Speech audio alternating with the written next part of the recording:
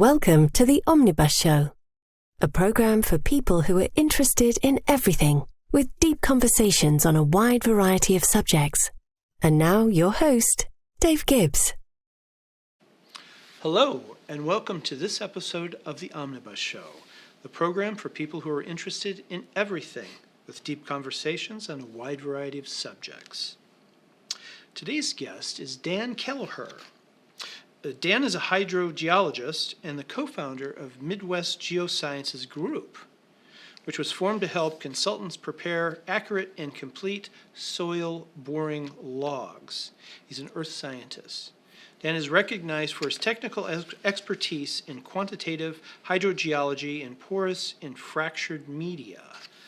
Welcome, Dan. It's great having you. Thank you, David. It's great having you here today. Although today's conversation on Earth Sciences is going to be focused on the upcoming solar eclipse, which will be here. We're going to be in the spread of where that will be happening, so we will have a total eclipse here, and that hasn't happened in 400 years, about 400 years, correct? Now, I've got two quick questions for that. I'm going to let you take it away. What makes this unique? And what can we expect? Yeah, great questions. What makes it unique is there are certain things throughout history that affect us and our memories, but it isn't just a historical event.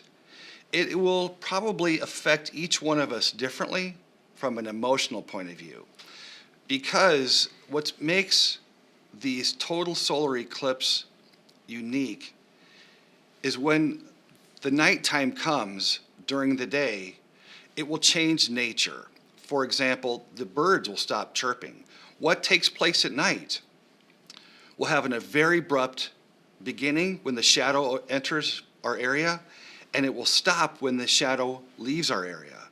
And so for that change in nature, when that happens, it has an emotional effect on us as there's people. an actual physical reaction that happens with that, whatever's going on physically between the sun and the moon and the earth. Somehow, it does affect us, and we experience it all differently in that way. And that's one reason it isn't just a historical event, but it affects all of us in different ways and emotionally. And what can we expect with it? Well, this is, for me, I think is very interesting. The shadow of the moon is going to move across North America. And that pure shadow, we call that the umbra, right? And that umbra is a circle. That's the shadow of the moon that crosses, it will cross central Indiana.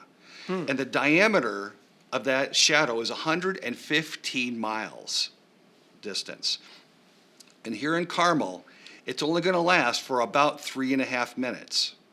So 3.5 minutes, we're going to be in total darkness through the umbra. That's 115 miles in diameter, right? So the question is, how fast is that moving? So you can calculate that. So if you're so inclined, or you want to give this assignment to your kids. You'll need a calculator. Right, but you can find the answer online at our website, Midwest GeoSciences Group. We've done the calculation for you, so you could give this assignment to your kids or do it yourself. You can go to MidwestGeo.com and then step through the very simple steps to figure out what's the velocity of the shadow across Indiana. Fabulous. We'll put that link in the description notes for the show. That is just really fascinating. So then we'll be able to figure out what the time length is. That now the umbra is like a swatch of land. Where are we? We're looking at maybe Texas, and then across to the northeast up into Canada, right? That's right. That's right. The umbra is a line of where the shadow progresses. It will enter into the United States around Texas. For a total eclipse. For a total solar eclipse. Because other people see partial. That's right, and that's called the pre-umbra, right? We experienced that several years ago here in Carmel. We had a 90% partial eclipse. Yes. Right? So I remember meeting some kids out at the library, the Carmel Library, We had cereal boxes and shoe boxes with a pinpoint hole in one end, Right. and you could see the reflection of it. And you could still do that on this one. And you'll be able to see when the moon moves in front of the sun and watch it completely progress. Well, that is absolutely fascinating. And then that will be in that progression as the sun moves, correct? That's why that swath is going to go in a northeasterly direction. Exactly Or is right. it going southwest? Well, because the sun. From the southwest to the northeast. Okay. You got it right. Because Perfect. the moon. Yeah, you're the science man, so you can tell us all of these things. So this hasn't happened in about 400 years. For here. That's right. You said the previous one was in Kentucky and along the line, but wasn't the Umbra in a different direction? It was like the opposite, it was northwest to southeast? Very good. Exactly right. That was traveling from the southeast United States across the United States up into to the northwest. Okay. So between that total solar eclipse and this total solar eclipse, if you map them, they will look sort of like an X. Okay. They'll go in total different Sure. directions. That's very fascinating. Now, we know that moon has certain effects on the Earth. And can you tell us about, would that be anything extraordinary, like on the coasts? Would that cause anything? I will leave that to you because that's your province. Well, it's a great question, very thoughtful, because the moon has an effect every day, all the time on the Earth. The moon is about 228,000 miles away. It has a gravitational pull on the Earth, and we see the effect of that in our oceans, and we call those the tides, the tidal effect that we see on the coast, tide in and tide out. So when it comes to an eclipse, there's nothing spectacular with respect to the gravitational pull. It just happens to be, the moon happens to be moving in front of the sun. So we have this awesome, super spectacular experience of the shadow, but the gravitational effect always remains the same, even on us right now, David, as we sit here. You bet. That's fascinating. That's always fascinated me, but I'm not a scientist, so it's just like I ask the questions. But that is so fascinating. Well, thank you so much, Dan. Well, we're going to take a brief break right now, and we'll be back for Chapter 2 with Dan Kelleher on the Omnibus Show.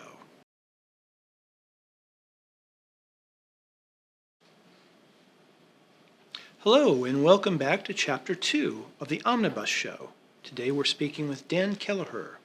He's an earth scientist, and he's talking with us today about the upcoming solar eclipse. And gosh, there's so many questions I could ask you, Dan, but it's so fascinating what you're talking about. But on the day, which is next week, can you tell us on Monday what we should expect for those of us who are in the Umbra, as you say? Yeah. Thank you for asking, because despite all the activities and the festivities that are going to happen throughout the day, the major event, the astronomical moment here in Carmel begins about 1:30 p.m. Okay? So that's what happens then is when the moon begins to come in front of the sun. Okay? So we call that moment the pre-umbra. From 1:30 to about 3 p.m. is when the time it takes for the moon to cross in front of the sun. And then at 3 p.m., for only 3.5 minutes, there'll be total darkness because the moon will completely cover the sun. And that's when you want to make sure that you have your total solar eclipse glasses or your total solar binoculars. If you look into the sun. That's right. If you're going to look, you don't look with your naked eye, ever. Okay? Use authorized solar eclipse glasses, because the visual of the solar eclipse, the total solar eclipse, will be phenomenal because of the corona rays that come off of it. It'll be so many things to look at. Interesting. And then around 4 o'clock, the moon will disappear. It will be finished. So it'll pass by the sun. Well, that would be fascinating, but that will just be ongoing over the swath of land at the different locations during the day. But this is, a question is, on the other side of the Earth, will they have that? They don't have that, do they? It's just across North America for this particular solar eclipse. That's right. The circle of the shadow will be crossing the United States from Texas up through New York up to Nova Scotia, Canada.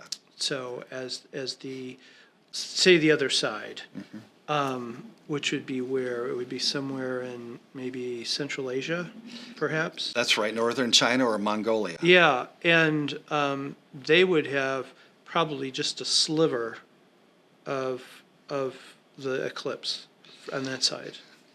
I can't remark about that, David. Okay. I just don't know for sure. That's fine. I didn't do my homework. I can live with the suspension because it's going to happen here.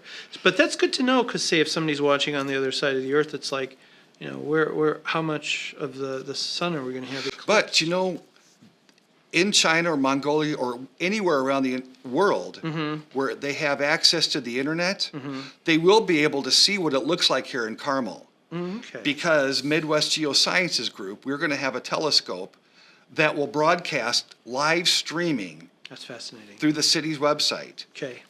to where anybody can see it from anywhere online. So I don't have to look at the sun for 3.5 minutes. Well, that's one of the reasons we built this system. Yeah. It was because I prefer not to use solar glasses. I'd rather look at it on a screen, mostly Sure. for safety's sake. Of course, that makes perfect sense, and that's what you'd recommend to families with the kids, and because the tendency is like, oh, look up and look at that, and it's like all of a sudden where'd my eyes go? Yeah, no, that makes perfect sense. But what's fascinating is, but first before I go to your telescope, is can you tell us about the planets? And you will have pictures of that, of what as the sun looks like, what is the multi pictures of what as the moon crosses the sun. Can you tell us a little narrative of that? Sure. There is a progression of steps. It's a continuous line of when the moon crosses in front of the sun to the point where the sun is totally gone and eclipsed. And that's where the shadow, the umbra, is capturing wherever you're seeing or looking at the sun at that point. And then it disappears. It continues on. And the progression of the moon will disappear out in front of the sun, right? So then the sun will reappear in its full glory. Fabulous. And then now I'm going to talk about or ask you about your telescope, but that would be great to see pictures on the site. We'll also put that in the description notes, your link for the live coverage of the solar eclipse. Thank you for doing that. 'Cause Yeah. we can help a lot of people Yeah. experience the eclipse, especially for those people who cannot get outside or not in our locale. Yeah, no, that's great. It's both very fun, very educational, and it's an historical moment. And we'll record it as well, Yeah. so we can watch it days later, Yeah. years later. Oh, that would be good because some people may be at work or something that they won't be able to see it at 3:00. Now, you have, I always remember as a kid, telescopes. I had one of my friends down the street, but he had a fixed telescope. But you have a dynamic telescope. Can you tell us about it? Which will be recording this event. That's right. Technology's changed a lot. And when you and I grew up, we had traditional telescopes where you look through the eyepiece and you could see the deep space objects or planets or whatever. We never looked through the sun because that would damage your eyes. So you don't look through a telescope at the sun ever. But technology today has allowed what we call smart telescopes. And they just hit the scene late last summer, okay? So they're the first generation smart telescopes. And what makes this telescope so unique that we're going to use for this total solar eclipse is it works off an iPad and not an eyepiece, okay? So I will have controls on my iPad, and it will start it up, I'll press a button, and it will automatically knows where it is on Earth, so it can find whatever deep space object it wants to see. And in this case, on April 8th, just press the button, and it will automatically find the sun. But not just find the sun. What makes it different from the old traditional telescopes, and I shouldn't say old traditional telescopes because they're still priceless tools today. Sure. But traditional telescopes, once you're locked into that object, then you have to tweak it to follow along because of the rotation of the Earth. Right. And the smart telescopes today, once it's locked in, it stays locked in. There's no tweaking. It just stays with the object. That's right. That's interesting. So is it, if you can bring in the technology on it, would that have a software program that is sort of, it has like a 360 or a three-dimensional sort of a universal type of tracking system for Yes. doing that? Yes. Many iPhones have apps today where at nighttime where you can point your iPhone in the sky and it will tell you what you're looking at. That's the same sort of firmware that's in this software. That's in the software. But what makes this telescope very unique, as I am proud to say, Midwest GeoSciences Group reached out to a team of IT professionals, and we were able to look inside the firmware. Because it's a first generation telescope, Sure. there's a lot of restrictions where it did not work outside that iPad. But the team of IT professionals was able to figure out a way to link the firmware to a laptop to make it live stream. Because otherwise, it wasn't easy. It was really impossible. So thanks to this team of people, Midwest GeoSciences Group will be able to live stream it, where other live streams that will occur will be happening with a traditional telescope. Sure. Probably not It'll a just smart be telescope. fixed, and then it'll have to adjust Exactly right. accordingly. That's fascinating. Is that one of those that only scientists can get? I was going to say, if there was one out there, and it's probably pretty pricey, but if there are scientists in the viewership, we could put the link up for that particular unit. And if they're interested. The brand name and the model is called C-Star S50. C-Star S50. That's right. Okay. And they're available, but right now I can tell you they're all sold out. Okay. Where I got this telescope was from an astronomer. He's a professional astronomer in Norman, Oklahoma. Okay. He was the one, because I've been working on this for over a year about how to bring this image to Carmel for the eclipse. And there's been a lot of trial and error. And the reflection with the pinpoint mirror, through the pinpoint box, and all these things, they weren't practical. But once this astronomer said he recommended use the smart telescope, and then I worked with the IT professionals, so I'm so proud of it, Midwest GeoSciences Group, for doing that.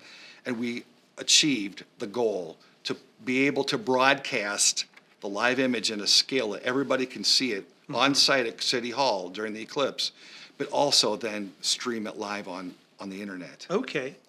I'm very proud That's of our team of doing that. fabulous, because it's an historical moment, and you're able to actually record it live and have an incredible instrument that can follow it, That's right. which is really incredible. So, Dan, can you tell us about the day? And you've got events coming up before and after that. Can you share that with our audience? Yes. But starting with here in Carmel. Right, at City Hall, at Civic Square, where the gazebo is, at 10 o'clock in the morning, the festivities will begin. Okay. There is Moon cakes, I reckon. Moon beer. there could be, but there'll be music. There'll be experts. Tom Sale from Colorado State University will be on site with some other folks from City of Carmel, and they'll help people prepare. Right. I think in order to maximize the experience, having that little bit of preparation will really maximize the experience and help people get the very most out of it. And that part to me is priceless. Gotcha. Well, do you know, will people be able to get those lunar glasses there, or should they bring them? Should they find some place? I would tell you where to go to get them. At All Things Carmel store on Main Street in Carmel, Indiana has them on Main available. Street. They That's have right. those. Yes, they do right now. They'll be sold out shortly. Probably will. Yeah, I'm sure they are. Well, thank you for that. And then you have some events before and after. Midwest GeoSciences Group is hosting a lecture series at the Carmel Clay Public Library.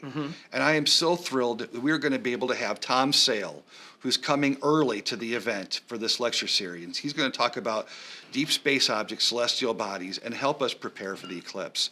Then we have Donna Jurdy. She's a planetary Earth scientist. She studies geology, so to speak, on other planets from Northwestern University. She's going to be talking about the possibility of life on other planets because that's her niche, that's her expertise, is looking at the search for extraterrestrial intelligence in outer space. She is one of the prime experts on this subject. And then I know they were looking for water on Mars, weren't they? But they came up disappointed on that. But they still have the module, the little rover or whatever, still going around, don't they? That's right. Dragonfly is still happening. It's still happening on the Martian planet. That's right. The red soil. That is fascinating.